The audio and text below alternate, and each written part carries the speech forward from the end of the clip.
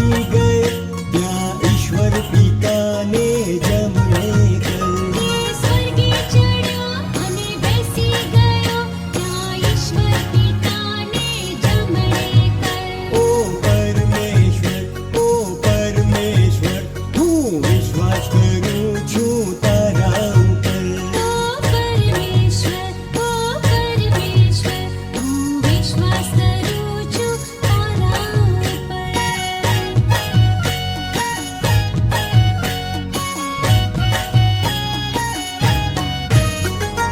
ત્યાંથી જીવતાને મોયેલાઓનો ન્યાય કરવાને છે આવનાર.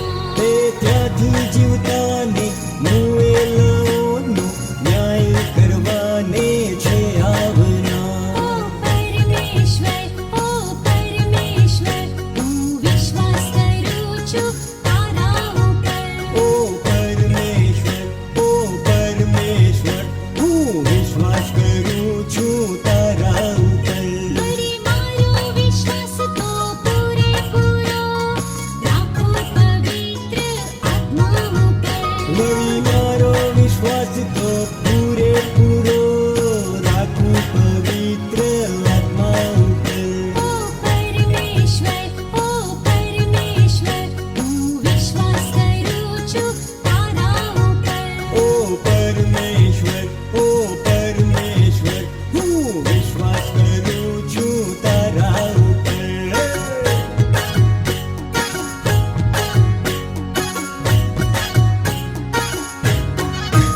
હા, પવિત્ર સાર્વત્રિક મંડળી અને સંતોની સંગતને હું માનના. પવિત્ર સાર્વત્રિક મંડળી અને સંતોની સંગતને હું માનના.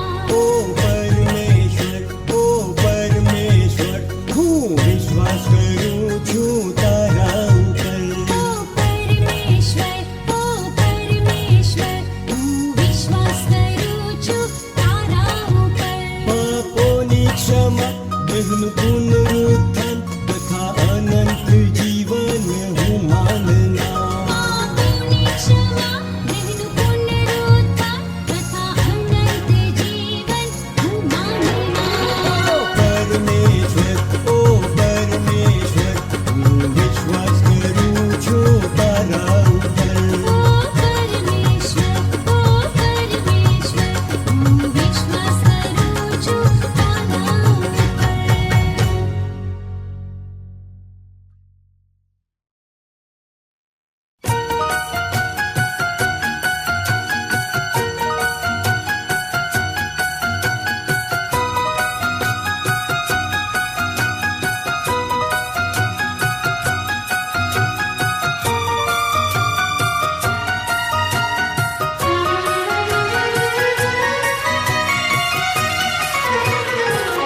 પ્રભુ તારી સેવા કરવી છે મારે.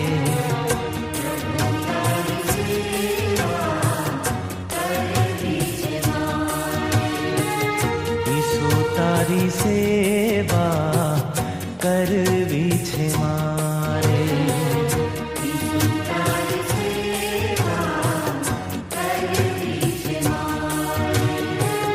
बांसुरी बनूं सुर तो तारा रे. बांसुरी बनूं सुर तो तारा रे. प्रभु तारी सेवा करवी છે મારે.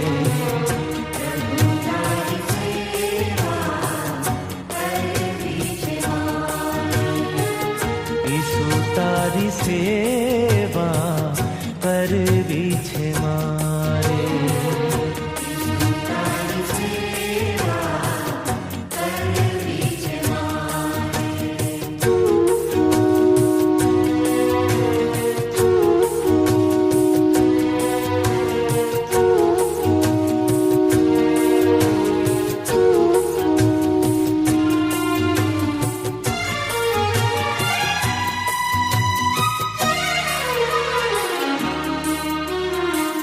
तरस्या ने जड़ हूँ पाऊँ, भूख्या ने तरस्याने जड़ हूँ पाऊँ, भूख्याने अन्न रे, निराशा मा आश जगाऊँ, तारी संग संग रे। तरस्याने जड़ हूँ पाऊँ, भूख्याने अन्न रे, तरस्याने जड़ हूँ पाऊँ, भूख्याने अन्न रे, निराशा मा आश जगाऊँ, तारी संग संग रे। करजे सौनु तू भलूं, एज प्रार्थना रे, करजे सौनु तू भलूं, एज प्रार्थना रे। प्रभु तारी सेवा करवी छे मारे,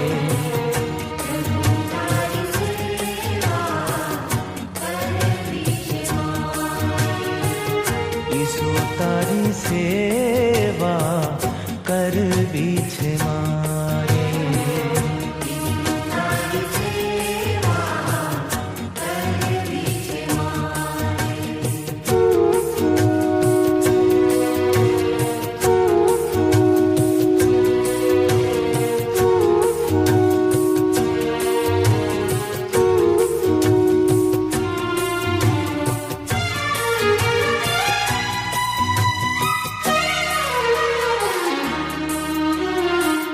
रहे मन्ना मारो प्रभु तारा मा मगन रे, रहे मन अमारो प्रभु तारा मा मगन रे। झंखे अंतर अमारो एक तुझ मिलन रे, रहे मन्ना मारो प्रभु तारा मा मगन रे, रहे मन्ना मारू प्रभु तारा मा मगन रे। झंखे अंतर आमारो एक तुझ मिलन रे।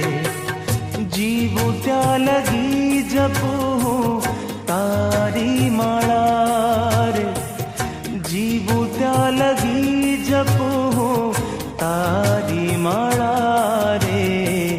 प्रभु तारी सेवा करवी छे मारे,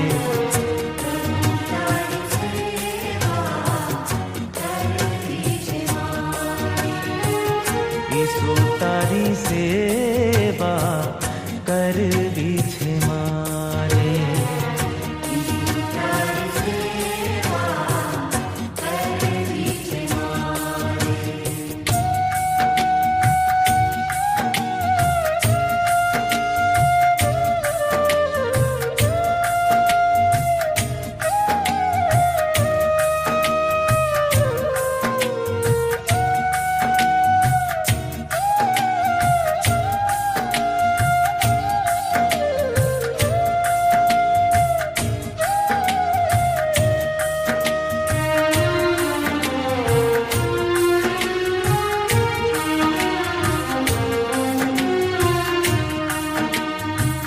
छूटी जाए श्वास जो मारा मिचाए नयन रे, आवजे तू रेवा मुझने दे मने वचन रे।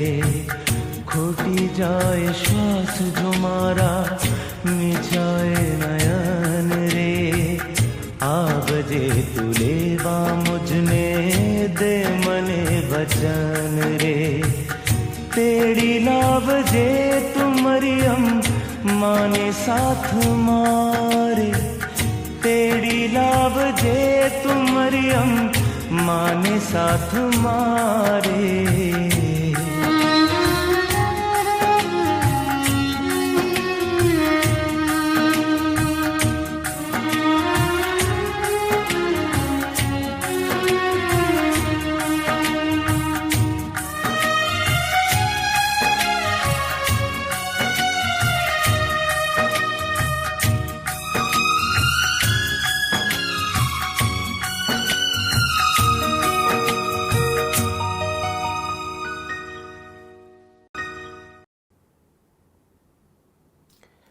સાંજની આ શાસ્ત્ર અભ્યાસની સંગતમાં આપ સર્વનો તારનાર પ્રભુ ઈસુ ખ્રિસ્તના નામમાં આવકાર કરીએ છીએ. ઈશ્વરના નામને ધન્યવાદ આપીએ છીએ કે ફરીને એકવાર ઈશ્વરના ચરણોમાં બેસવાને માટેની ઈશ્વરે આપેલી તક અને આ રીતે ઓનલાઈનના માધ્યમ દ્વારા ઈશ્વરે કરેલી વ્યવસ્થાને માટે ઈશ્વરનો આભાર માનીએ છીએ. સાથે માન્ય બિશપ સાહેબ અને તમામ આગેવાનોનો આ સમય આભાર માની લઉં છું. આજની આ સભામાં આજે આપણે એક ખાસ પુસ્તકનો અભ્યાસ કરવાને આપણે જઈ રહ્યા છે અને એમાં આપણે જોડાઈએ તે પહેલાં ટૂંકી પ્રાર્થનામાં જોડાઈશું. પ્રાર્થના કરીએ. ગૌરવવાન, પ્રેમાળ, દયાળુ અને કૃપાળુ પ્રભુ, સામર્થ્ય, પરાક્રમ અને અધિકાર જે પ્રભુના છે, તેમની પાસે નમીને અમે આ સમયે આરાધના કરતા, ભજન કરતા તમારે ધન્યવાદ આપીએ છીએ અને તમને માન અને મહિમા આપીએ છીએ. તમારો આભાર માનીએ છીએ આજના દિવસને માટે અને આજે આ રાત્રિની પળોમાં તમારા ચરણોમાં બેસવા, તમારા વચનોનું મનન કરવા અને તેમાં રહેલા તમારા મર્મો, તમારા સત્ય અને તમે અમારા જીવનને માટે જે ઈચ્છા રાખો છો, જે ઈરાદાઓ રાખો છો તે સમજવા અને તેને આધીન થઈને એ વિશ્વાસના જીવનમાં આગળ વધવાને માટે તમારી સહાય અને મદદ માંગીએ છીએ. વાલા પ્રભુ, તમે તમારા આત્મા દ્વારા અમને આજના વચનો સમજાવો અને એ સમજાવવા દ્વારા પ્રભુ જે અમે પ્રાપ્ત કરીએ, અમે જે મેળવીએ અને જે વિશ્વાસની યાત્રામાં અમે આગળ વધતા તમારો મહિમા પ્રગટ કરનાર બની રહીએ એવી ખાસ પ્રાર્થના કરીએ છીએ. તમારા હાથોમાં સોંપાતા પ્રાર્થના પ્રભુ ઈશ્વરના નામે લાવીએ છીએ. આમેન. આજે આપણે નવા કરારમાં યોહાનનો 3જો પત્ર જે છે એનો અભ્યાસ કરવા માંગીએ છીએ અને એથી આપણે તેના વાંચન તરફ આપણે જઈશું. યોહાનનો 3જો પત્ર. જેના પર હું સત્યમાં પ્રેમ રાખું છું તે વાલા ગાયસ પ્રતિ લખનાર વડીલ, વાલા, હું પ્રાર્થના કરું છું કે જેમ તારો આત્મા કુશળ છે તેમ તું સર્વ વાતે કુશળ તથા તંદુરસ્ત રહે. કેમ કે ભાઈઓ આવ્યા ત્યારે તેઓએ તું સત્યમાં ચાલે છે એવી તારા વિશે સાક્ષી આપી. તેથી મને ઘણો આનંદ થયો જ્યારે મારા સાંભળવામાં આવે છે કે મારા બાળકો સત્યમાં ચાલે છે, ત્યારે એ કરતાં બીજાથી મને મોટો આનંદ થતો નથી. વાલા ભાઈઓને માટે, હા, પારકા ભાઈઓને માટે પણ તું જે કંઈ કામ કરે છે તે તું વિશ્વાસ કરનારને યોગ્ય કામ કરે છે. તે ભાઈઓએ તારા પ્રેમ વિશે મંડળીની આગળ સાક્ષી પૂરી છે. ઈશ્વર પ્રસન્ન થાય એવી રીતે તું તેઓની આગળ વળાવશે તો તું સારું કરશે. કેમ કે તેઓ તેમના નામની ખાતર બહાર નીકળ્યા છે ને વિદેશીઓ પાસેથી કંઈ લેતા નથી. આપણે સત્ય ફેલાવવામાં તેઓના સહકારી થઈએ માટે આપણે એવા માણસોનો સ્વીકાર કરવો જોઈએ. મેં મંડળીને કંઈ લખ્યું, પણ દિયોત્રેફસ જે તેઓમાં મુખ્ય થવા ચાહે છે તે અમારો અંગીકાર કરતો નથી. એ માટે જો હું આવીશ તો તે જે કામો કરે છે તે કામોને હું યાદ કરાવીશ. તે અમારી વિરુદ્ધ ભૂંડું બોલીને બકબક કરે છે અને એટલેથી સંતુષ્ટ ન થઈને તે પોતે ભાઈઓનો અંગીકાર કરતો નથી, તેમજ જેમ એમ કરવાની ઈચ્છા રાખે છે તેઓને તે અટકાવે છે અને મંડળીમાંથી તેઓને બહિષ્કૃત કરે છે. વાલા, ભૂંડાનું નહીં પણ સારાનું અનુકરણ કર. જે સારું કરે છે તે ઈશ્વરનો છે અને જે ભૂંડું કરે છે તેણે ઈશ્વરને જોયા નથી. ડેમેત્રિયસ વિશે સર્વ તેમજ સત્યવિશ પોતે સાક્ષી પૂરે છે અને અમે પણ સાક્ષી પૂરીએ છીએ અને અમારી સાક્ષી ખરી છે તે તું જાણે છે. મારે તારા પર લખવાનું તો ઘણું હતું, પણ શાહી તથા કલમથી હું તારા પર લખવા ચાહતો નથી. પણ હું તને જલ્દી જોવાની આશા રાખું છું. ત્યારે આપણે મોઢામોઢ વાત કરીશું. તને શાંતિ થાઓ. મિત્રો તને ક્ષેમ કુશળ કહે છે. દરેકનું નામ લઈને મિત્રોને ક્ષેમ કુશળ કહે છે. આ ઈશ્વરના પવિત્ર અને જીવંત વચનો છે. એના વાંચવાને સાંભળવા પર ઈશ્વર તેની પુષ્કળ આશીષ આપો. આપણને તેમાં રહેલો મર્મ અને રહસ્ય અને તેમાં રહેલું શિક્ષણ આપણને સમજાવો અને વિશ્વાસની યાત્રામાં આપણને આગળ દોરવાનું ચાલુ રાખો. ખ્રિસ્તમાં વાલા ભાઈઓ અને બહેનો, આજે રાત્રે આપણે નવા કરારમાં યોહાનનો જે 3જો પત્ર છે તેનો અભ્યાસ થોડો સમય આપણે કરવા માંગીએ છીએ. યોહાન જે પ્રભુ ઈસુ ખ્રિસ્તનો પ્રિય શિષ્ય એટલે કે જે ઝબદીનો દીકરો અને જે યાકૂબનો ભાઈ કે જે ગાલિલના સરોવર કિનારે જેમણે પ્રભુ ઈસુ ખ્રિસ્તે શિષ્ય થવા માટેનું તેડું આપ્યું અને તે પ્રભુ ઈસુ ખ્રિસ્તની ખૂબ નજીક આવીને પ્રભુ ઈસુ ખ્રિસ્તના જીવનને જેણે નિહાળ્યું, જેણે તેને સ્પર્શ્યું, જેના વિશે તેણે સાક્ષી પૂરી છે, એવા એ યોહાન કે જે પ્રેરિત તરીકે પણ એ ઓળખાયો. આ બાબત એ આપણને એ યોહાનની સુવાર્તા, યોહાનનો પહેલો પત્ર, તેનો પહેલો અધ્યાય અને તેની પહેલી કલમમાંથી આપણને જોવા મળે છે, જ્યાં એમ લખવામાં આવ્યું છે, જે આરંભથી હતું, જે અમે સાંભળ્યું, જે અમે પોતાની આંખે જોયું, જેને અમે નિહાળ્યું અને જેને અમે અમારે હાથે સ્પર્શ કર્યો, તે જીવનના શબ્દ સંબંધી અમે તમને કહી દેખાડીએ છીએ.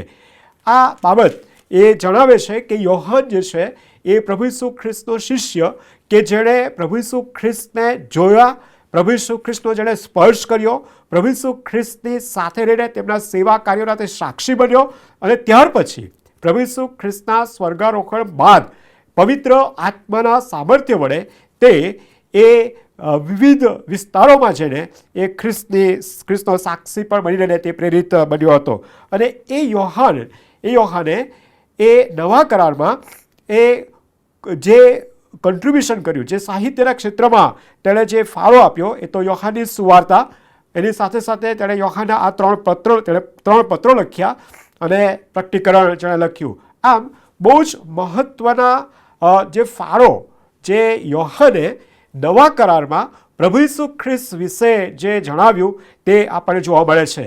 ન કેવળ પ્રભુ ઈસુ ખ્રિસ્ત પણ પ્રભુ ઈસુ ખ્રિસ્તના મંડળીને માટે અને મંડળીને વધુ દ્રઢ કરવાને માટે અને એ મંડળી પ્રભુ ઈસુ ખ્રિસ્તને માટે જીવે, પ્રભુ ઈસુ ખ્રિસ્તનો મહિમા પ્રગટ કરનાર બને અને એટલું જ નહીં પરંતુ પ્રભુ ઈસુ ખ્રિસ્તના આવવાની રાહ જોનાર તરીકે મંડળી બને માટે એણે આ જે સાહિત્ય આપણી આગળ એ મૂક્યું છે. ધન્યવાદ આપીએ છીએ ઈશ્વરનો, ધન્યવાદ માન ને મહિમા પણ આપીએ છીએ, કારણ કે આ દ્વારા આપણે એ જોઈ શકીએ છીએ કે યોહાન કે જે પ્રભુ ઈસુ ખ્રિસ્તનો શિષ્ય કે જેણે એ પ્રભુ ઈસુ ખ્રિસ્તની સત્યતા અને તેની પ્રમાણિકતા પર જે બાબતો વિશે તેણે જે દસ્તાવેજો આપણી આગળ મૂક્યા છે અને એ વાંચીને આજે પણ આપણે એ પ્રભુ ઈસુ ખ્રિસ્ત વિશેની સત્યતાને આપણે પારખી શકીએ છીએ, અનુભવી શકીએ છીએ, ખાતરી પામી શકીએ છીએ અને જે આશા પ્રભુ ઈસુ ખ્રિસ્તમાં આપણને આપવામાં આવેલી છે તેમાં આપણે વધુ દ્રઢ થઈ શકીએ છીએ. અને એ જ બાબતોને ધ્યાનમાં રાખીને યોહાનનો પહેલો, બીજો અને ત્રીજો પત્ર એ મંડળીઓને જોગ લખવામાં આવ્યો અને વિશેષ કરીને જે પહેલો પત્ર એ મંડળી જોગ, બીજો પત્ર પણ મંડળી જોગ લખવામાં આવ્યો, પછી ત્રીજો પત્ર જે છે એ મંડળીમાંના વ્યક્તિગત જીવનોને માટે એ ત્યાં લખવામાં આવ્યો છે. અને એ પત્ર તરફ આપણે જ્યારે આજે મનન કરવાના છે ત્યારે એ પત્ર જે છે એ લગભગ 80 થી 90ની સાલમાં એ એફેસસથી જાણે કે લખવામાં આવ્યો હોય એવું એ ત્યાં જણાવવામાં આવે છે. અને એટલા માટે કારણ કે જો આ ગાયસ નામની વ્યક્તિ જે એમાં બીજી એક વ્યક્તિ દિયોત્રેફસ અને સાથે ડેમેત્રિયસ, એ ત્રણ વ્યક્તિનો જે ઉલ્લેખ કરવામાં આવે છે, એ વ્યક્તિઓ એ લગભગ એ 60ની પછી, ઈસવીસન 60 પછી એ મંડળીમાં એ આગેવાની આપનાર કે સેવા કરનાર એવા પાત્રોની નોંધ એ આપણે ત્યાં જોઈએ છે. અને એટલા માટે એ લગભગ એ જે સ્થાપિત થયેલી અને વૃદ્ધિ પામતી મંડળીઓમાં જે કાર્ય થતું હતું એનું એ જાણે કે બારીકાઈથી નિરીક્ષણ કરે છે, બારીકાઈથી તેને જાણે કે જુએ છે અને એમાં રહેલી બાબતોને એ ત્યાં લોકોની આગળ મૂકે છે, એ ઉત્તેજન આપે છે, પણ સાથે સાથે કેટલીક બાબતોને માટે એ ત્યાં ચોખવટ પણ કરે છે, ચેતવણી પણ આપે છે અને એ રીતે એ ઈશ્વરને મહિમા આપતા એ ઉત્તેજનનું કાર્ય પણ એ ત્યાં એ કરે છે. અને એમ એ બળવાન થઈને લોકો આગળ વધે માટે સતત એ પ્રયત્નશીલ આપણે જોઈ શકીએ છીએ. યોહાન જ્યારે આ પત્ર લખે છે ત્યારે આમ જોવા જઈએ તો નવા કરારમાં આ પત્ર એ સૌથી ટૂંકામાં ટૂંકો દસ્તાવેજ તરીકે એનો ઓળખવામાં આવે છે. એવું એક અભ્યાસ કરતા એમ કહે છે કે આ જે પત્ર છે એમાં કહે છે કે લગભગ 300 જેટલા ગ્રીક શબ્દો એ આવેલા છે કે જે ફિલોમોનનો પત્ર અને યહૂદાનો જે પત્ર છે એના કરતાં પણ ઓછા છે. અને કેટલાક અભ્યાસ કરતા તો એમ પણ કહે છે કે જે બીજો યોહાનનો જે પત્ર છે તેના કરતાં આ પત્રમાં એ એક લાઈન ઓછી છે અને એટલા માટે આ પત્ર એ સૌથી નાના પત્ર અથવા તો નાનો દસ્તાવેજ તરીકે એને ઓળખવામાં એ આવે છે. આ જે પત્ર જે છે એ મૂળભૂત રીતે એ વ્યક્તિગત જીવનોને એ ત્યાંનું વર્ણન કરતા, એ જીવનોમાં રહેલી બાબતો જે બહુ ઉત્તેજનદાયક બાબતો તેને વધારે જાણે કે ઉત્તેજન આપતા, પણ જે બાબતો મંડળીની વ્યવસ્થામાં અને વિશેષ કરીને વિશ્વાસને યોગ્ય નથી એવી બાબતોને ત્યાં ચેતવણી રૂપે જાહેર કરતા એને દૂર કરવાને માટે પણ એ જાણે કે સલાહ આપી રહ્યો હોય એવું એ ત્યાં જાણવા મળે છે. અને એટલા માટે આજે આપણે અહીંયા જે યોહાનનો 3જો પત્ર જે છે તેના તરફ આપણે થોડો અભ્યાસ કરવાના છે.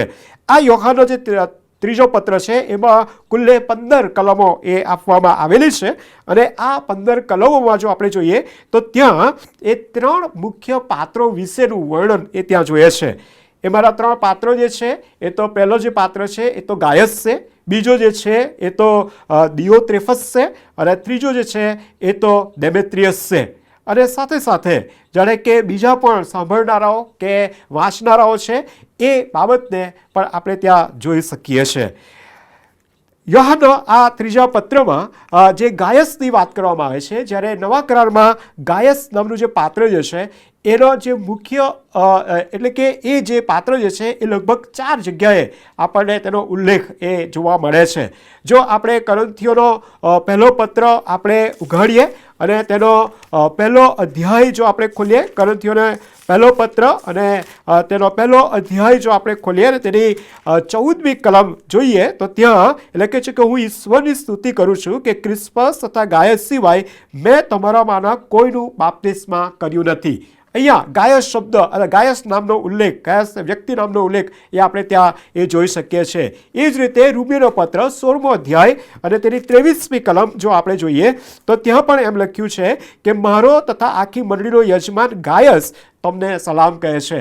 પાઉલ એ જાણે કે ગાયસના ઘરમાં છે અને ગાયસના ઘરમાંથી એ જાણે લખી રહ્યો છે એ રીતે એ આપે છે કે આખી મંડળીનો યજમાન એ જાણે કે આખી મંડળીને એ એના ઘરમાં ચાલે છે અને ઘરમાંની મંડળી છે એને પૂરેપૂરી સંભાળ રાખનાર છે એ રીતે આપણે ત્યાં એ જોઈએ છે. આ એક પાત્ર એ પાઉલની સાથે સંકળાયેલા પાત્રને આપણે ત્યાં એ જોઈએ છે. એ સાથે સાથે જો આપણે જોઈએ તો પ્રેરિતોના કૃત્યો તેનો 19મો અધ્યાય અને તેની 29મી કલમ જો આપણે જોઈએ તો ત્યાં એ બાબત કે છે આખા શહેરમાં એ ગડબડાટ થઈ રહ્યો ત્યારે તેઓ મકદોનિયાના ગાયસ તથા આરિસ્તાર્ખસ જેઓ મુસાફરીમાં પાઉલના સાથી હતા તેઓને પકડીને બધા ભેગા થઈને અખાડામાં દોડી ગયા. આ એફેસસની વાત છે કે જ્યાં એ બાબતને આપણે જોઈએ છે તો જ્યારે મકદોનિયાનો જે ગાયસ જે છે અહીંયા કહે છે જે પહેલો જે ગાયસ જે આપણે જોયો એ તો કોરિન્થનો ગાયસ કે જે પાઉલની સાથે કે જેઓનું પાઉલે બાપ્તિસ્મા કર્યું હતું તે હતો. બીજો જે ગાયસ જે મકદોનિયા કે જે આજનું ગ્રીસ છે તેનો જે મકદોનિયાના ગાયસને આપણે જોઈએ છે. એટલું જ નહીં પરંતુ 35 થી 41મી કલમમાં પણ આપણે જોઈએ તો એ ગાયસનો ઉલ્લેખ એ ત્યાં કરવામાં એ આવેલો છે. બીજો એક રેફરન્સ આપણે તપાસીએ તો જોઈએ તો પ્રેરિતોના કૃત્યો તેનો 20મો અધ્યાય અને તેની 4થી અને 5મી કલમ જો આપણે જોઈએ તો ત્યાં કહે છે કે પુર્હસનો દીકરો બેરિયાનો સોપાતર, થેસલોનિકામાંનો આર્તિસાખર્સ, સેકુન્સનો દેર્બેનો કે છે કે દેર્બેનો ગાયસ અને તિમોથી છે. એટલે દેર્બેનો એટલે કે અહીંયા આપણે જોઈએ છે તો એ દેર્બેનો ગાયસ જે છે એ તરીકે પણ આપણે એ ત્યાં એ જોઈએ છે. અને અહીંયા જે યોહાનનો 3જો પત્ર જે છે એ યોહાનના 3જા પત્રમાં જો આપણે જોઈએ કે જ્યાં યોહાન એ ગાયસને એ પત્ર લખતા એ કહે છે તો કહે છે કે એ એફેસસનો એ ત્યાં રહેવાસી અથવા તો એફેસસમાં છે એવું અથવા તો એફેસસ અથવા તો એશિયા માઇનોરની કોઈ એક મંડળી જે છે એ મંડળીનો એ ત્યાં એની સંભાળ રાખનાર એમાં આગેવાની આપનાર એ ગાયસને આપણે ત્યાં એ જોઈએ છે. અને આ ગાયસ વિશે એ ત્યાં એ લખે છે. એટલું જ નહીં પરંતુ ત્યાં આપણે જોઈએ છે તો દિયોત્રેફસને પણ એ ત્યાં આપણે જોઈએ છે અને સાથે દેમેત્રિયસને પણ જોઈએ છે. આપણે પાછળથી એના સંબંધી આપણે જોઈશું. પરંતુ અહીંયા જો આપણે જોઈએ તો આ યોહાનની જે પત્ર છે એ પત્રની જો એની રૂપરેખા આપણે જોઈએ તો પહેલી 4 કલમો જે છે અથવા તો 8 કલમો આપણે લઈએ તો એ ગાયસના સંબંધી એ ત્યાં લખે છે અને ગાયસ વિશેની ઓળખ એ ત્યાં આપતા આપણે જોઈએ છે. અને એમાં પણ 1 થી 4 કલમમાં ગાયસની સાક્ષી અને 5 થી 8 કલમમાં એ તો ગાયસને ઉત્તેજન આપતા એ શબ્દો લખવામાં એ આવ્યા છે. 9 અને 10 કલમ જે છે એ 2 કલમમાં દિયોત્રેફસ માટેના જે ઉલ્લેખ કરવામાં આવ્યો છે. 11મી કલમ જે છે એ 11 અને 12 કલમ એ દેમેત્રિયસ અને સાથે સાથે ચાવીરૂપ કલમ પણ આપણે ત્યાં જોઈએ છે અને 13 થી તે 15 કલમ જે છે એ છેલ્લી સલામ એ ત્યાં લખવામાં છે. આ રીતે એનું જાણે કે રૂપરેખા આપણે જોઈ શકીએ છીએ. પહેલા 1 થી 8 કલમ એ ગાયસ વિશે, 9 અને 10 કલમ એ દેમેત્રિયસ વિશે અને 11 અને 12 કલમ એ દિયોત્રેફસ વિશે અને ત્યાર પછી 11 અને 12 કલમ એ દેમેત્રિયસ વિશે એ ત્યાં એ લખવામાં આવી છે અને છેલ્લે સલામ. 4 ભાગમાં આપણે આખા અધ્યાયને અથવા તો આખા પુસ્તકને આપણે વહેંચી શકીએ છીએ. બોલો અહીંયા આપણે એ અભ્યાસની શરૂઆત કરીએ તો એ જે પહેલી કલમ જે આપણે જોઈએ તો એ પહેલી કલમમાં અને એટલે 1 થી 4 કલમને એ ભાગમાં જો આપણે જોઈએ તો આ ભાગમાં અહીંયા શરૂઆતમાં જે પોતાની ઓળખ આપે છે એ ઓળખ આપતા એ લખે છે કે જેના પર હું સત્યમાં પ્રેમ રાખું છું તે વહાલા ગાયસ પ્રતિ લખનાર વડીલ. અહીંયા વડીલ શબ્દ એ વાપરવામાં આવ્યો છે.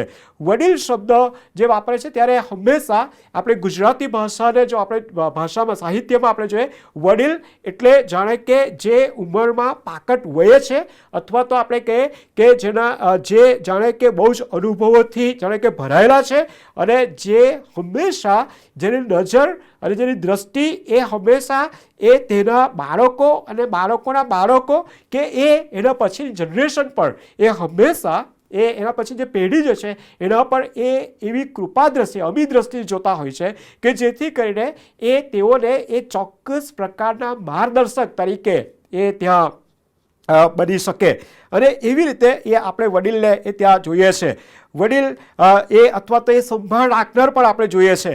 અધિકારી તરીકે અધિકાર રીતે ઘણી વખત વડીલો આપણને કે જ્યારે કે ત્યારે ઘણી બધી વખત એ અધિકાર સાથે આપણે જણાવતા હોય એ રીતે એ આપણે જોઈએ છે.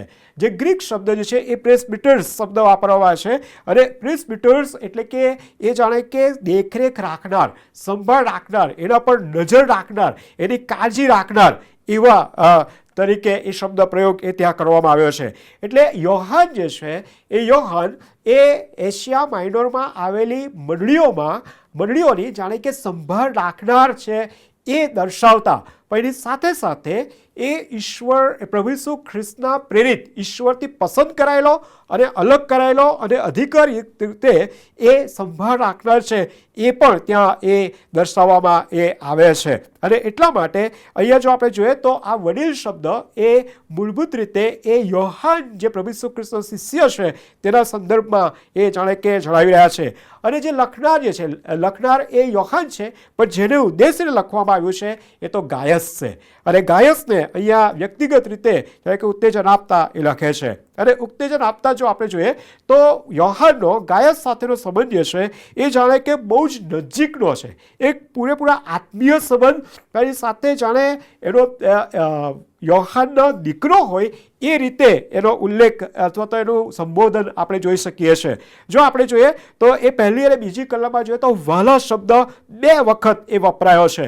ત્યાર પછી જો આપણે જોઈએ તો 5મી કલમમાં જોઈએ તો ત્યાં ફરીથી વહાલા ભાઈઓને માટે કે વહાલા ભાઈઓને માટે વહાલા શબ્દ ફરીથી વાપરે છે.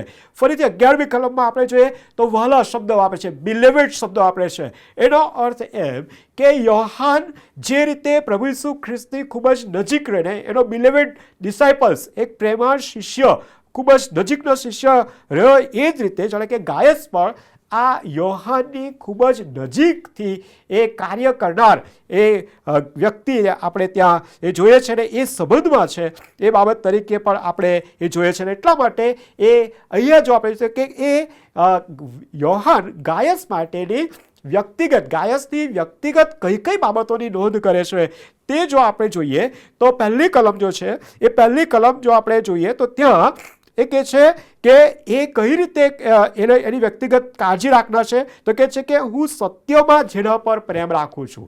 રાઈટ, અહીંયા સત્યમાં પ્રેમ રાખવાની વાત કરે છે. સો લવ ઇન ટ્રુથ એટલે કે સત્ય કોણ છે?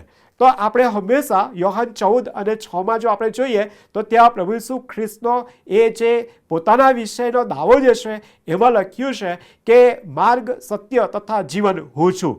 એ સત્ય જે છે એ ખ્રિસ્ત છે એવું એ ત્યાં બતાવે છે. એટલું જ નહીં પરંતુ સત્ય એ તો પવિત્ર આત્મા પણ છે.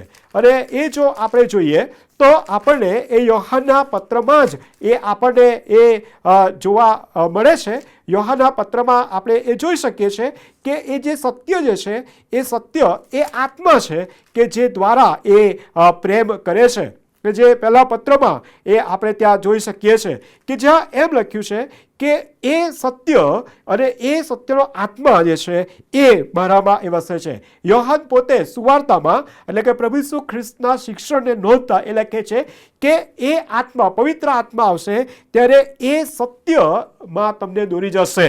અને એ જ બાબત એ આપણે જોઈએ છે તો એ પ્રભુ ઈસુ ખ્રિસ્ત અથવા તો ઈશ્વર વિશેની ખાતરી, એટલે સત્ય એ તો ઈશ્વર છે, પ્રભુ ઈસુ ખ્રિસ્ત છે, પવિત્ર આત્મા છે, એ બાબત એ ત્યાં એ આપણે આગળ એ કહે છે. અને એ ખ્રિસ્તમાં કોઈક બીજી બાબતોને લીધે નહીં અથવા તો કોઈ સારો દેખાય છે, એનું કાર્ય બહુ જ જાણે કે કાર્ય એ ઉમદા અથવા તો એમ કહે છે કે એ સતત કાર્યરત છે અથવા સતત કાર્યરત હોય છે એવી એ દ્રષ્ટિએ નહીં. ઘણી વખત એવું બનતું હોય છે કે આપણી આગળ જો કોઈ વ્યક્તિ સતત દોડાદોડ કર્યા કરતી હોય ને કાર્ય કરવા માટે તો આપણને બહુ વહેલો થઈ જાય, એવી રીતે નહીં. પણ અહીંયા આજે કહે છે કે એની સાથેના સંબંધનો મૂળ પાયો અથવા તો મૂળ પરિબળ એ તો ઈશ્વર પોતે છે કે જેનામાં અને જેના દ્વારા તે તેના પર એ પ્રેમ રાખે છે.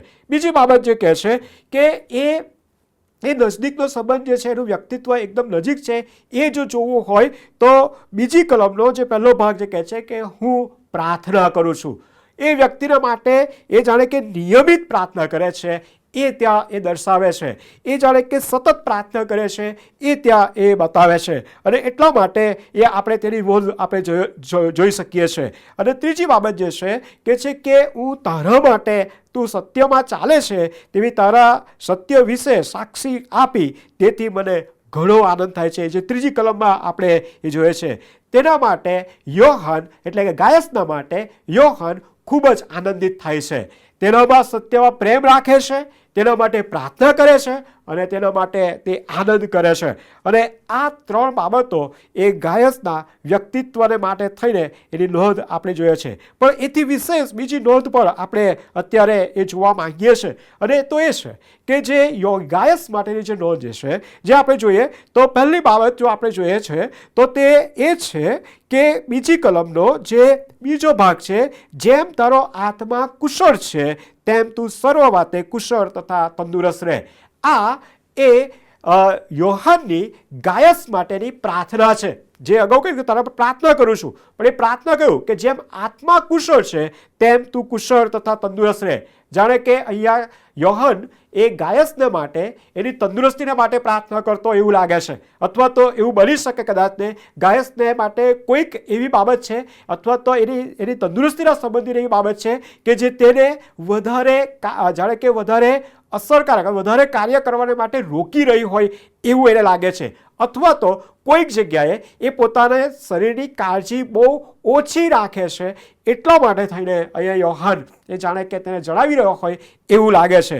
પણ જે નોંધ જે છે એ નોંધ છે જેમ તારો આત્મા કુશળ છે. બોલો પહેલી બાબત જે જોઈએ તો એનું આત્મિક જીવન કુશળ છે. કુશળ છે એટલે એ જાણે કે વધારે ને વધારે રસ ભરેલું છે.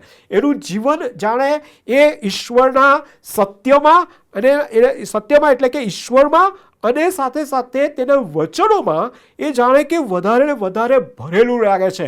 અહીંયા એ ગીતશાસ્ત્ર 1 તરફ જો આપણે જોઈએ તો ગીતશાસ્ત્ર 1માં જે આપણે જોઈએ છે કે જ્યાં એ જીવન એ રસ ભરેલું અથવા તો એ વધારે ફળદ્રુપ અથવા તો એ ક્યારે વધારે રસ ભરેલું લાગે એ જો જોઈએ તો કહે છે કે પણ યહોવાના નિયમ, બીજી કલમ, પણ યહોવાના નિયમ શાસ્ત્રથી તે હર્ષ પામે છે અને રાત દિવસ તે તેના નિયમ શાસ્ત્રનું મનન કરે છે.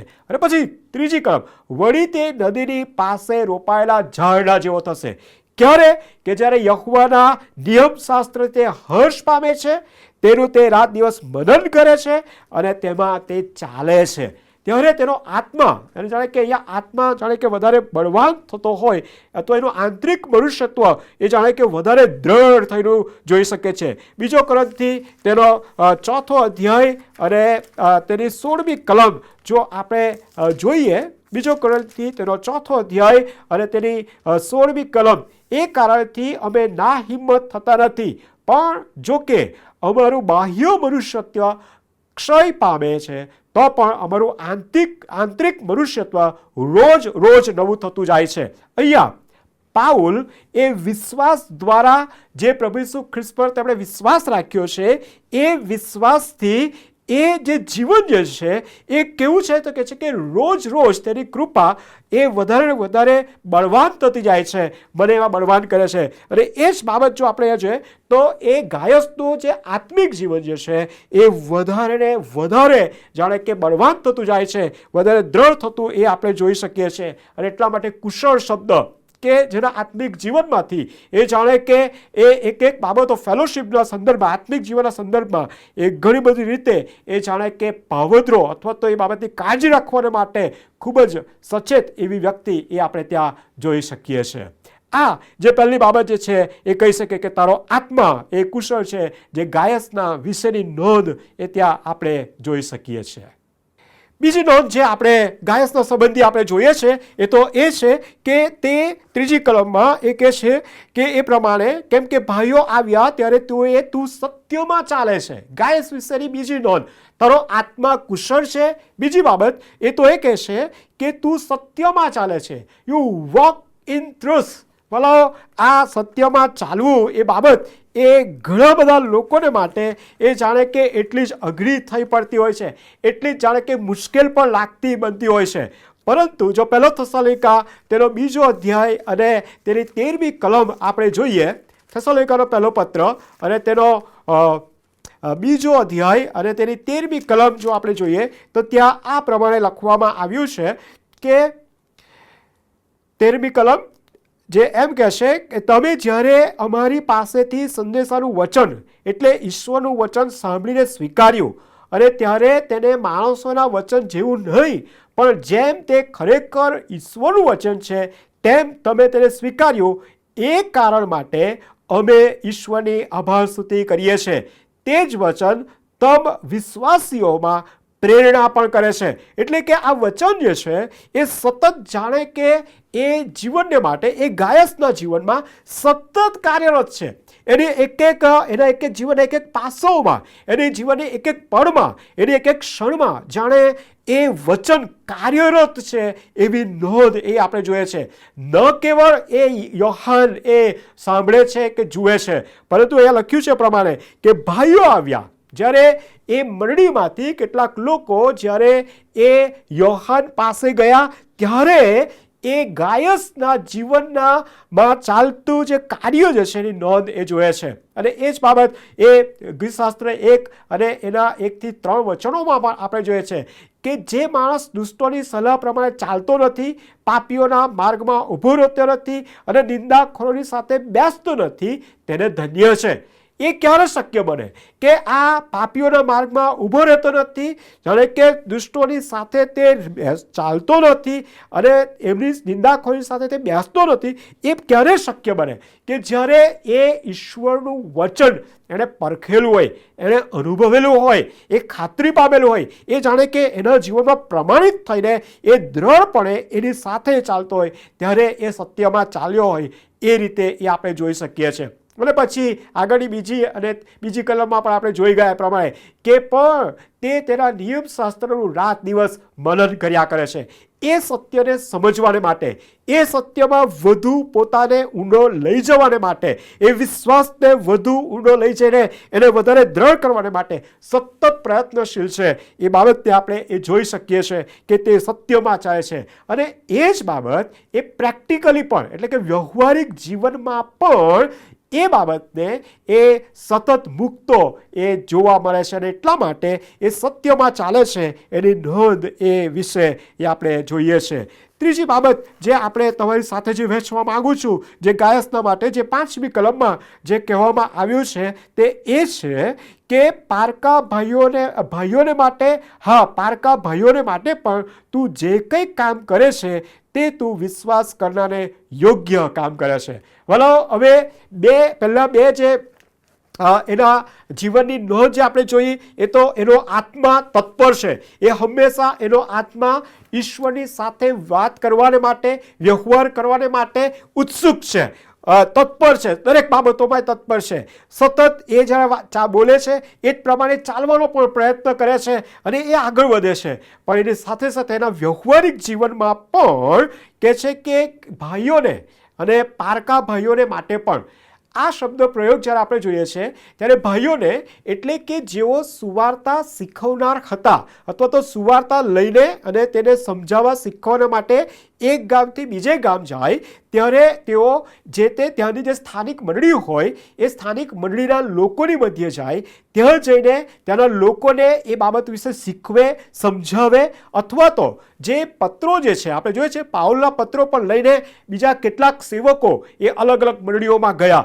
આ રીતે યોહાન પણ તેનો પત્ર લઈને એ મંડળીઓમાં ગયા. અને આમ જો આપણે જોઈએ તો એવા જનાર વ્યક્તિઓને તેઓ આવકારે છે, તેઓની સરભરા કરે છે, તેઓને રાખે છે અને તેઓની સરભરા કરીને રાખીને તેમને માટે જે શ્રેષ્ઠ છે એ કરવાનું ચાલુ રાખે છે.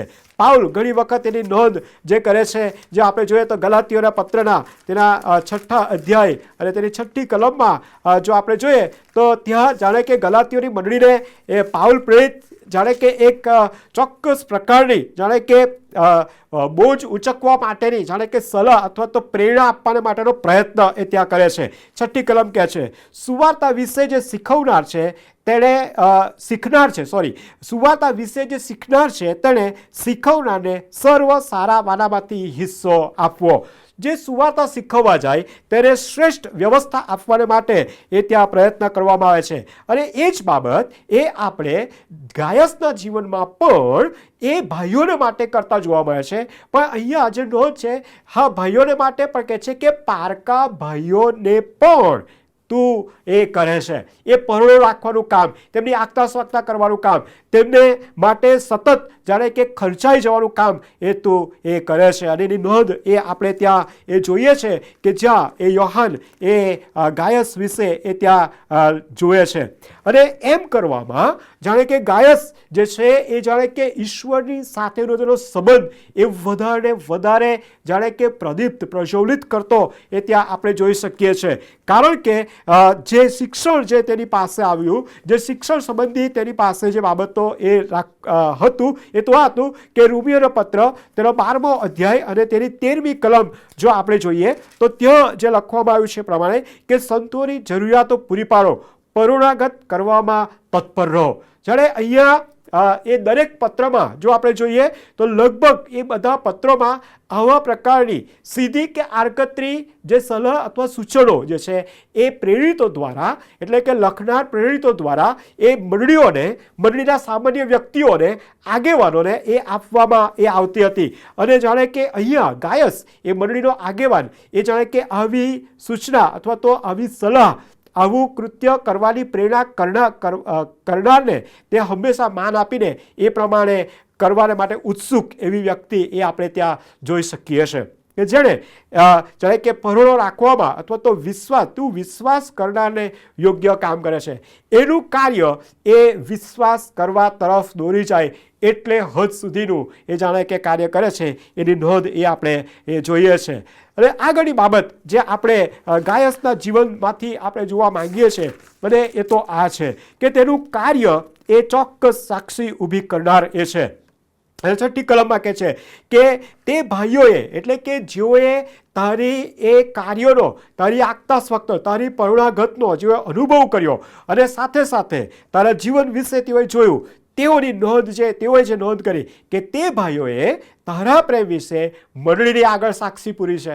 બોલો કે તેનું કાર્ય એ ચોક્કસ સાક્ષી પૂરનાર એ હતું, તેનું કૃત્ય એ તો ચોક્કસ સાક્ષી પૂરનાર એ હતું. યોહાનનો પહેલો પત્ર અને તેનો 3જો અધ્યાય અને તેની 16મી કલમથી તે 18મી કલમ જો આપણે વાંચીએ અથવા તો 16મી કલમથી 18મી કલમ વાંચીએ તો આપણે જોશે એથી આપણે પ્રેમ શું છે તે જાણીએ છીએ.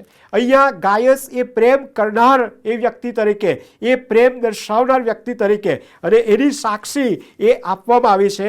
તે કેવી છે તો કહે છે કે એનો પ્રેમ જાણે કે એથી આપણે પ્રેમ શું છે તે જાણીએ છીએ, કેમ કે તેમણે પોતાનો પ્રાણ આપણા બદલે આપ્યો અને આપણે પણ ભાઈઓને માટે આપણા પ્રાણો આપવા જોઈએ.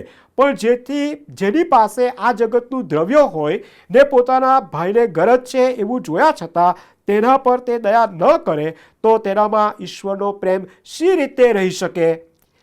બાળકો આપણે શબ્દથી નહીં, બહુ અગત્યની બાબત, બાળકો આપણે શબ્દથી નહીં અને જીભથી નહીં પણ કૃત્યમાં તથા સત્યમાં પ્રેમ કર્યા. ભલો એનું જે કાર્ય હતું એ તો કહે છે કે પ્રેમ અને સત્યમાં એ લઈને એ કૃત્યમાં એ જાહેર થતું હતું.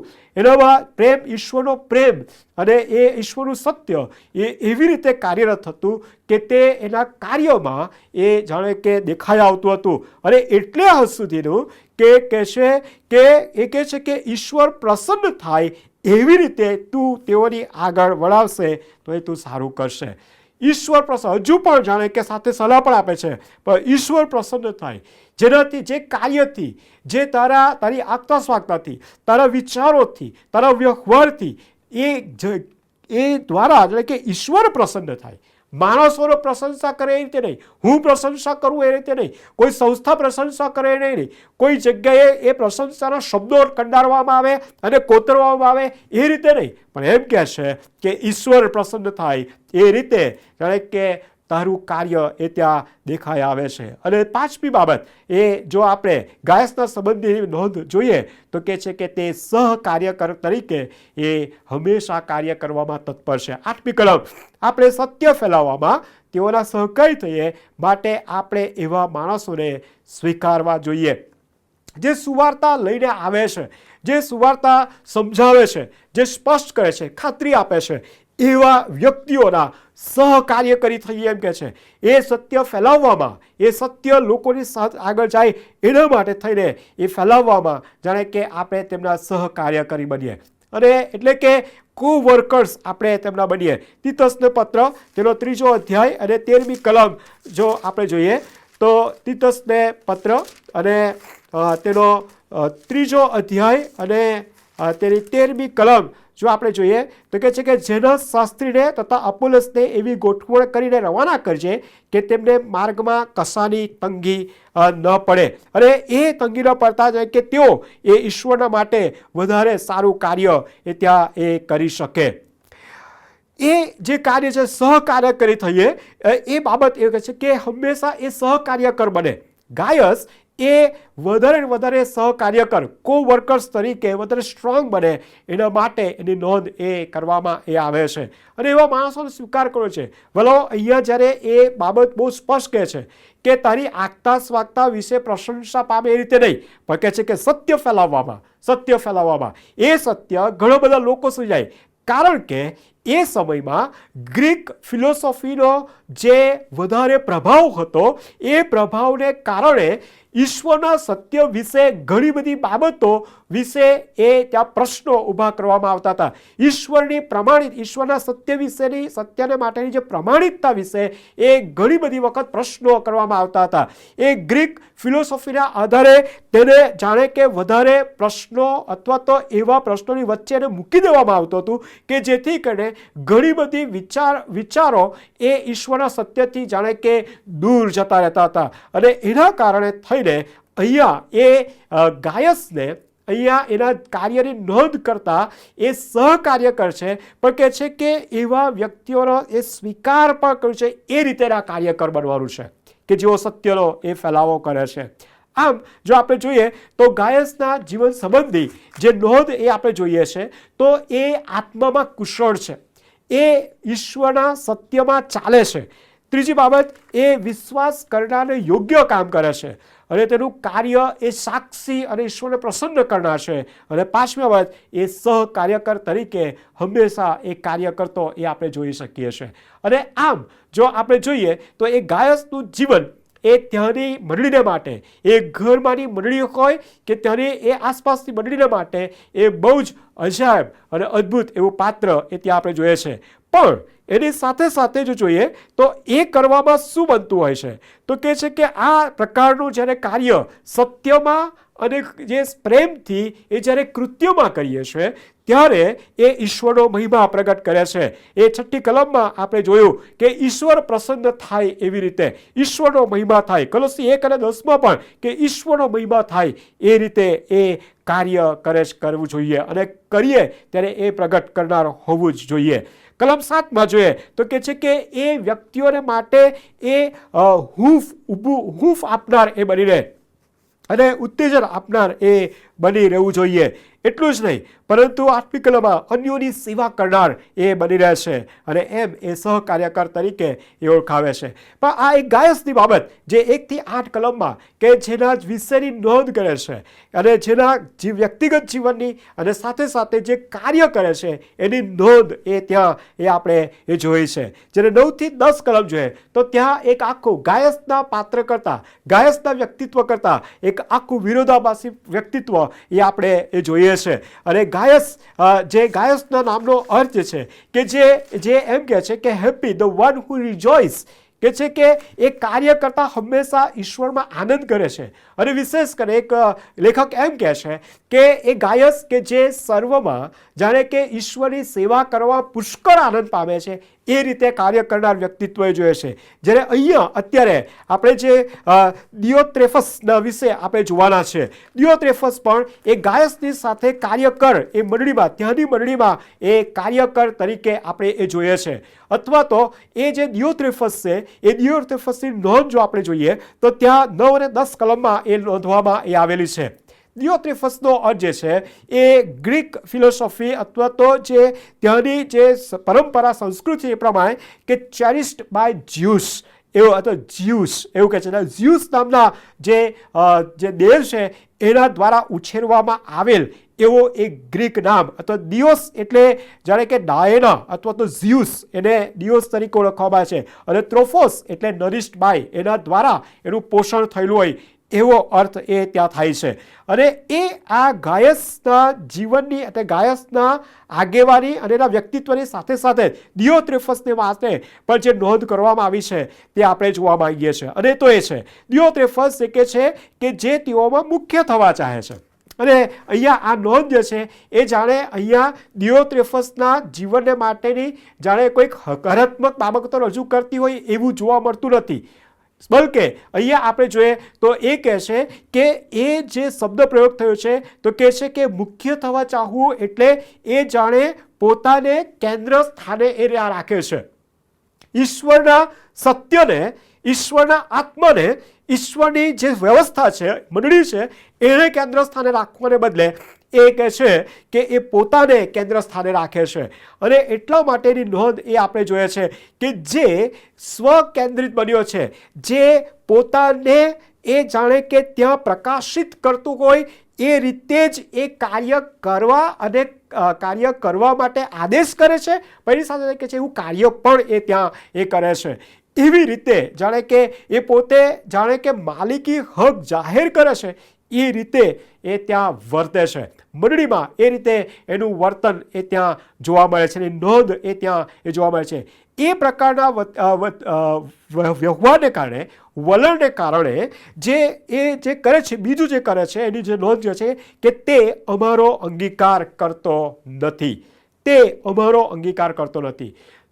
જ્યારે કોઈ વ્યક્તિ પોતે સ્વકેન્દ્રિત બની જાય, જ્યારે એ પોતે માલિકી હક જાણે કે જાહેર કરતા પોતે જ એ કરી શકે છે એવું એ જાહેર કરવા માટે સતત પ્રયત્ન કરે, ત્યારે એ બીજાને એ સ્વીકારી શકતો નથી. એ અંગીકાર કરવાની વાત કરે. અંગીકાર કરવું એટલે પોતાની સાથે સામેલ કરવું, પોતાના કાર્યમાં એને જાણે કે સહકાર્યકર બનાવી દેવું, એને જાણે કે પોતે જેવું કરે છે એવું એ પણ કરી શકે એ પ્રમાણે એને તૈયાર કરવું અને સાથે સાથે એની સાથે કાર્ય કરવું, એવો અર્થ એ થાય છે. અંગીકાર કરવાને માટે એ અંગીકાર કરતો નથી.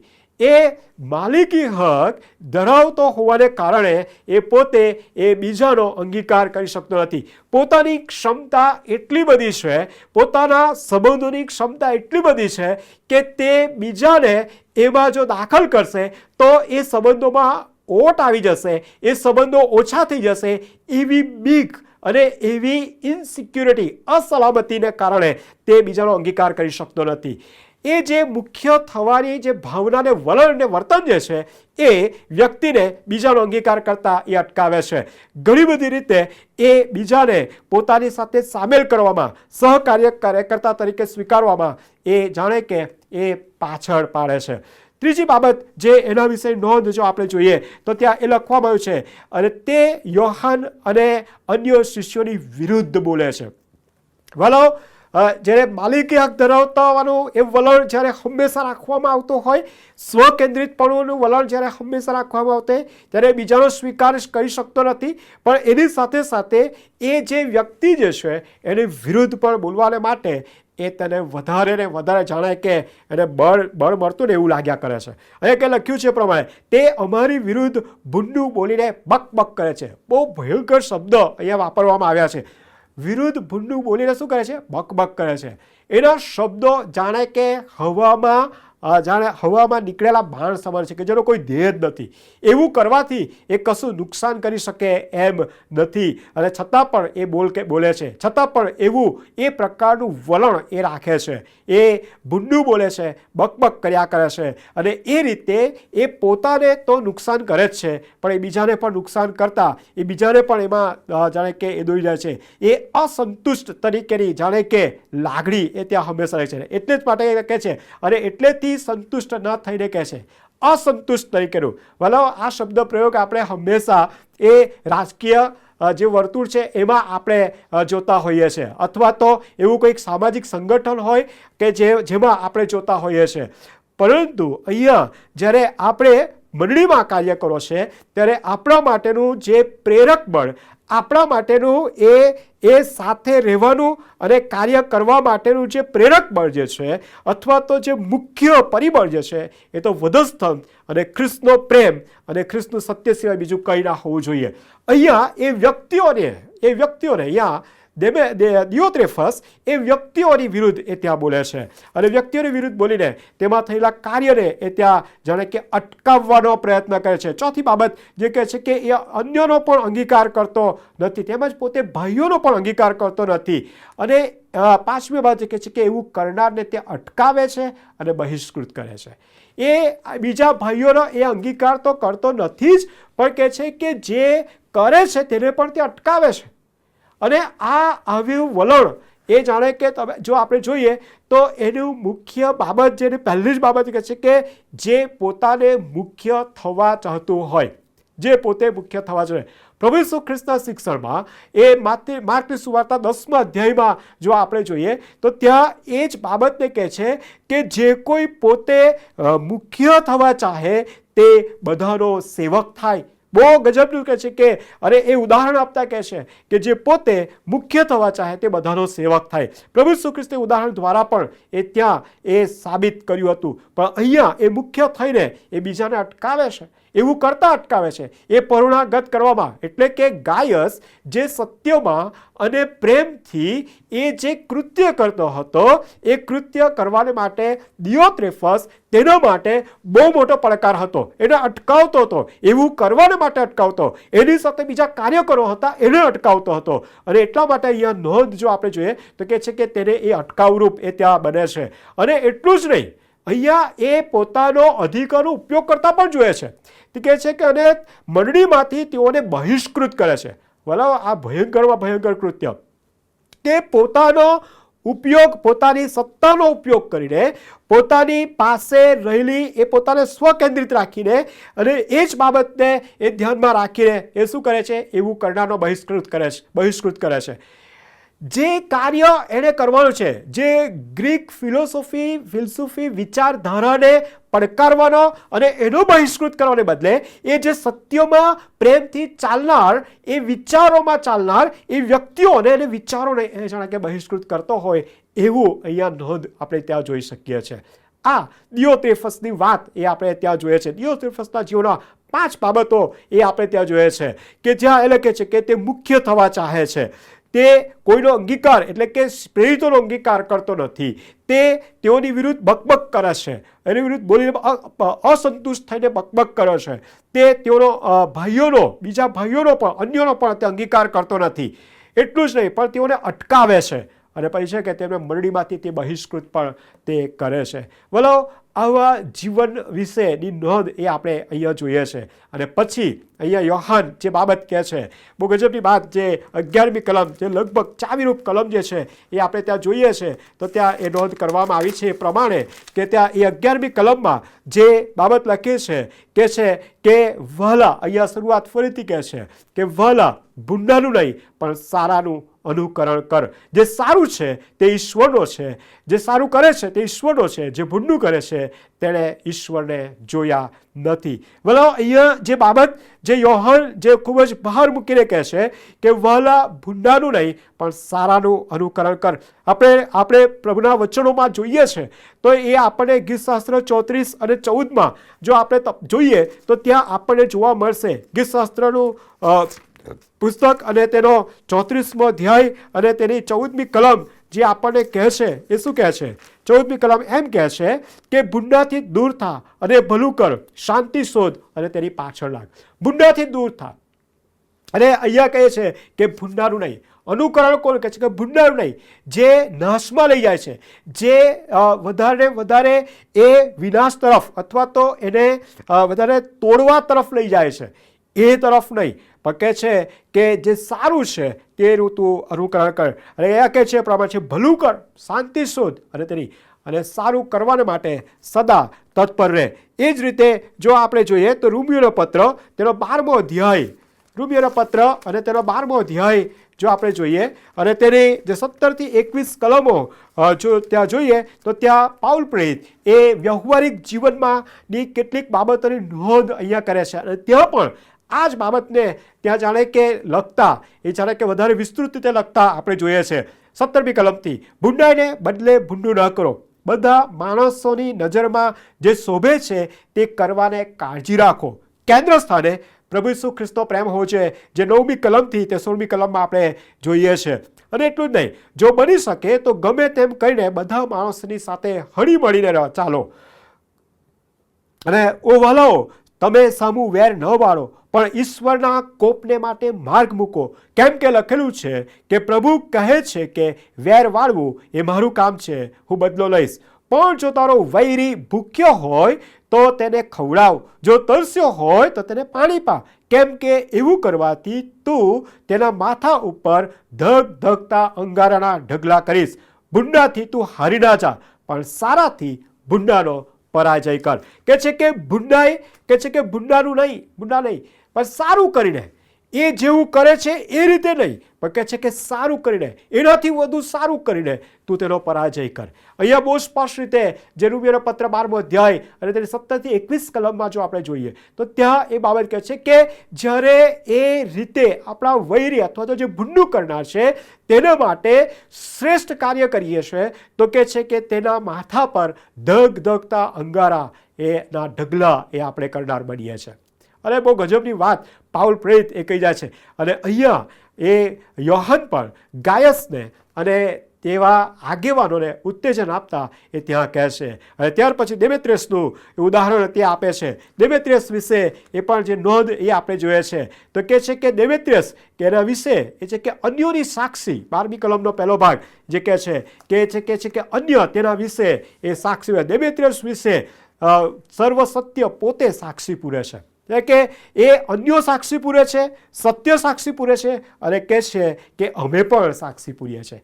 ત્રણ સાક્ષી અહીંયા આપણે જોઈએ છે કે ત્રણ સાક્ષીઓ દ્વારા અહીંયા એ બાબતને જાણે કે દેમેત્રિયસના જીવન સંબંધી એ ત્યાં એ જાહેર અથવા તો તેને ઈશ્વરના મહિમાને માટે એ વપરાતા પાત્ર તરીકે એ આપણે જોઈ શકીએ છીએ કે જે પવિત્ર આત્માથી ભરપૂર થઈને કે છે કે એ સત્યમાં એ સતત ચાલનાર અને એ સત્ય એના વિશે એ સાક્ષી આપનાર એ બની રહે છે. ખ્રિસ્તમાં વાલા ભાઈઓ અને બહેનો, આજે આપણે જ્યારે આ વચનોમાંથી ત્રણ પાત્રો આપણી આગળ છે. બે પાત્રો એવા છે કે જે ઈશ્વરના સત્યમાં અને પ્રેમમાં એ કૃત્ય કરનાર છે, એ પ્રમાણે ચાલનાર છે. જે રીતે નોંધ કહ્યું પ્રમાણે કે સત્યમાં ચાલનાર એ જીવનોને એ આપણે ત્યાં જોઈએ છે. અને એક એવું પાત્ર કે જે સ્વકેન્દ્રિત એ પાત્ર એવું, એ જે સત્ય શીખવનાર અને જે સ્પષ્ટ કરનાર છે તેનો વિરોધ કરનાર, તેની વિરુદ્ધ બકબક કરનાર એ આપણે જોયું. અને એટલું જ નહીં, એ પાત્ર કે જે મંડળીમાંથી એવા લોકોનો એ બહિષ્કૃત કરવાનો અધિકાર પણ જાહેર કરનાર વ્યક્તિ એ આપણે જોઈએ છે. આપણું કાર્ય ખ્રિસ્તની મંડળીમાં, આપણું કાર્ય આજના સમયમાં ખ્રિસ્તની મંડળીમાં જે આપણું કાર્ય જે છે એ કયા પ્રકારનું એ કાર્ય છે. આપણે જે કરીએ છીએ એ ખ્રિસ્તના સત્યમાં રહીને કરીએ છીએ, એ ખ્રિસ્તના પ્રેમમાં રહીને કરીએ છીએ અને ખ્રિસ્તમાં એના સત્યમાં ચાલતા ચાલતા કરીએ છીએ કે પછી એ દિયોત્રેફસ જેવું એ પોતાને જાહેર કરવાને માટે પોતાની પ્રશંસા થાય અને પોતાનું આધિપત્ય અને અધિકાર જાહેર થાય અને પોતે એ સર્વે સર્વા છે એ રીતે સાબિત કરવાને માટે એ આપણે કાર્ય કરીએ છીએ. આપણી પાસે ઈશ્વરના વચનોમાંથી એ આપણને એ કાર્ય કરવાને માટેની એ પૂરી તક આપેલી છે. ઈશ્વરે આપણને આ પેઢીમાં એ પૂરેપૂરું એ જાણે કે સ્ત્રોત પૂરા પાડ્યા છે. ઈશ્વરે આપણને એટલા બધા સ્ત્રોત અને આશ્રયથી તૃપ્ત કર્યા છે. તો આપણે શું વિચારીએ છીએ? ખ્રિસ્તમાં વાલા ભાઈઓ અને બહેનો, આ બાબતોનો વિચાર કરીને આજની મંડળીમાં અને આજના આ સમયમાં જ્યારે ખ્રિસ્તની સુવાર્તા એ ખ્રિસ્તની સુવાર્તા એ સત્યમાં, તેના સત્યમાં અને પ્રેમમાં, એ કૃત્યોમાં એ વધારે પ્રકાશિત થવાને બદલે એ વધારે પ્રશ્નો અને અનેકવિધ વિચારધારાઓથી એ દબાતી જતી જોવા મળે છે. એવી બધી વિચારધારાઓ કે જ્યાં એવું કહેવામાં આવે છે કે જો આપણે કંઈક આપણે આપીએ છીએ તો ઈશ્વર એના કરતાં વધારે આપણને આપે છે અને આપણે એટલું કરીએ એ આપણું કૃત્ય પૂરતું છે. થોડા સમય પહેલાં એક વ્યક્તિ મારી પાસે આવ્યા અને એ વ્યક્તિ આવીને એ અન્ય જે સમુદાયો જે છે એ જે રીતે જાણે કે વધારે સમૃદ્ધ થઈ રહ્યા છે, જે રીતે તેઓ એ સેવા કાર્યોમાં અને વિવિધ સેવા કાર્યોમાં વધારે તેઓ જાણે કે પ્રભાવિત, એટલે કે પોતાનો પ્રભાવ ઊભો કરી રહ્યા છે, ત્યારે એ લોકો કહે છે કે સાહેબ આપણે એમના તરફ જોઈએ, કેટલું ગજબનું કરે છે, કેટલી ગજબની બાબતો કરે છે.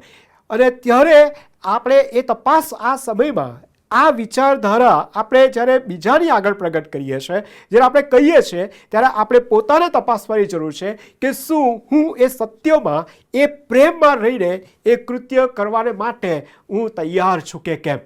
હું કઈ રીતે કૃત્ય કરું છું? હું બીજાની તરફ આંગળી જાણે કે ચીંધીને કરું છું કે ખ્રિસ્તની તરફ મારી દ્રષ્ટિ રાખીને, તેના પ્રેમથી હું ભણાઈને, એ અનુકંપાથી ભરપૂર એવા પ્રેમથી ભરાઈને હું મારું જીવન તેની સાથે રાખી, તેના માર્ગમાં હું ચાલતા તેની સાથે રાખીને હું એ કાર્ય કરવા માગું છું કે જેથી કરીને પ્રભુ ઈસુ ખ્રિસ્ત કે જે પોતાની મંડળી બાંધવા માંગે છે, જે પોતાની મંડળીને તેની આગળ મહિમાવંતી તરીકે ઊભી રહે એ તરીકે તે જોવા માંગે છે. પ્રભુ ઈસુ ખ્રિસ્ત કે જે પોતાની સાથે તેની મંડળીને એ જાણે કે તેના મહિમામાં લઈ જવા માંગે છે, ત્યારે એના મહિમામાં આપણે હોઈએ એ રીતે આપણે કાર્ય કરીએ છીએ.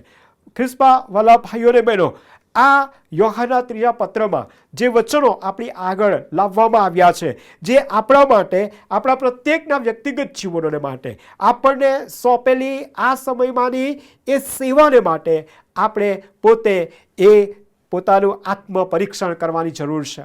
આપણે પોતે એ વચનના પ્રકાશમાં એ પોતાને ચકાસવાની જરૂર છે કે શું હું સત્યમાં ચાલીને હું પ્રેમમાં એ કૃત્ય કરનાર છું કે કેવું, ખ્રિસ્તના પ્રેમમાં હું કૃત્ય કરનાર છું કે કેમ, કે પછી હું દિયોત્રેફસ જેવો છું કે દિયોત્રેફસ જેવી છું કે જેથી કરીને હું એ મંડળીને જાણે કે નુકસાન કરનાર એ બની રહ્યો છું. અને પ્રભુ આજે આપણને જ્યારે એ સમજાવે છે ત્યારે પ્રભુના લોકો તરીકે પ્રભુ એ પણ આપણને એ કહેવા માગે છે કે તમને શાંતિ થાઓ, અને આપણ સર્વને તેની શાંતિમાં લઈ જઈને તેનો મહિમા પ્રગટ કરવા માગે છે. તેનામાં રહેલી જે આશા જે છે, તેનામાં રહેલું જે એ આશાનું સામર્થ્ય જે છે એ આજે પણ આ વચનો દ્વારા આપણી સાથે આપણી આગેવાનીના સંદર્ભમાં, એ પછી કુટુંબમાંની આગેવાની હોય, એ આપણા નાના સમુદાય માટેની આગેવાની હોય, કોઈક નાના ગ્રુપ મધ્યની આગેવાની હોય, એ કોઈ પણ મંડળીમાંની કે આપણે જ્યાં ત્યાં કાર્યો કરે છે ત્યાં જે આપણી આગેવાની છે, શું એ પ્રભુ ઈસુ ખ્રિસ્તના સત્યને, પ્રભુ ઈસુ ખ્રિસ્તના પ્રેમને અને પ્રભુ ઈસુ ખ્રિસ્તના એ સત્યને પ્રેમને એ કૃત્યમાં પરિણમતું જોવા મળે છે કે કેમ. પ્રભુ આ વચનો દ્વારા આપણી સાથે સતત વ્યવહાર કરવાનું ચાલુ રાખે, આપણે ખાતરી પામવાનું ચાલુ રાખે, આપણી એ ખ્રિસ્તમાં રહેલી આશાને વધારે ને વધારે દ્રઢ અને મહિમાવંત કરવાનું એ ચાલુ રાખે. એ જ મારી પ્રાર્થના છે. પ્રાર્થનામાં જોડાઈએ, પ્રાર્થના કરીએ. સ્વર્ગમાંના અમારા જીવતા અને પ્રેમાળ ઈશ્વર પિતા, અમારા રાજાધિરાજ પ્રભુ, વચનો તમારા છે અને જે વચનો તમે આજે અમને સમજાવ્યા છે યોહાનના ત્રીજા પત્રમાંથી, એ ગાયસના જીવન દ્વારા, દિયોત્રેફસના જીવન દ્વારા અને દેમેત્રિયસના જીવન દ્વારા જે અમને આજે અમારી આગળ જે પડકાર મૂક્યો છે, જે ખાતરી આપી છે, જે સમજાવ્યું છે, સ્પષ્ટ કર્યું છે, ત્યારે પ્રભુજી અમે પ્રાર્થના કરીએ છીએ કે આ સમયમાં તમારા લોકો તરીકે, તમારા લોકોમાં એ એવા નમૂનો આપનાર આગેવાનો તરીકે, અને એટલું જ નહીં પરંતુ એવી આગેવાની આપવામાં અમને તમારા સત્યમાં સતત પ્રભુજી દોરી જાઓ. તમારા સત્યથી અમને રોજ ને રોજ અને પડે દરેક પાસાઓમાં અમને એનો અનુભવ કરવા દો. અમને સહાય કરો, અમને સામર્થ્ય આપો, અને એમ પ્રભુજી અમે તમને પ્રેમ કરનાર અને તમારા પ્રેમમાં ચાલીને અમે તમને મહિમા આપનાર એ જીવનો બની રહીએ. એ જ અમારી પ્રાર્થના પ્રભુ ઈસુના નામે લાવીએ છીએ. મને સાંભળો અને સ્વીકાર કરો પ્રભુ. આમેન. આમેન.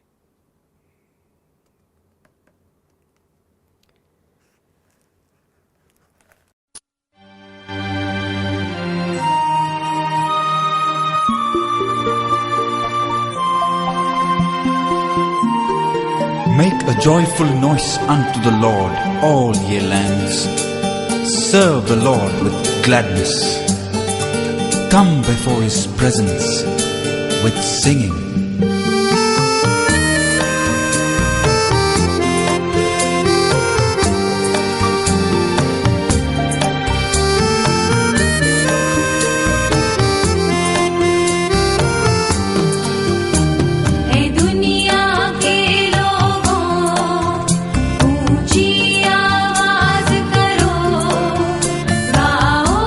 खुशी के गीत उसका गुणगान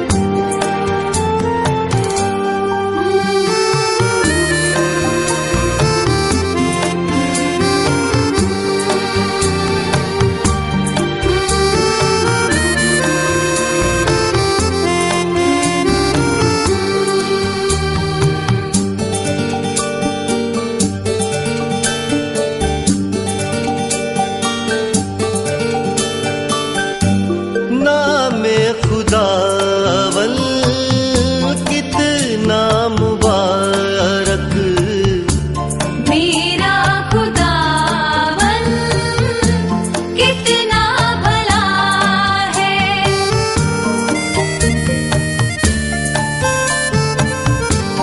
रहमत है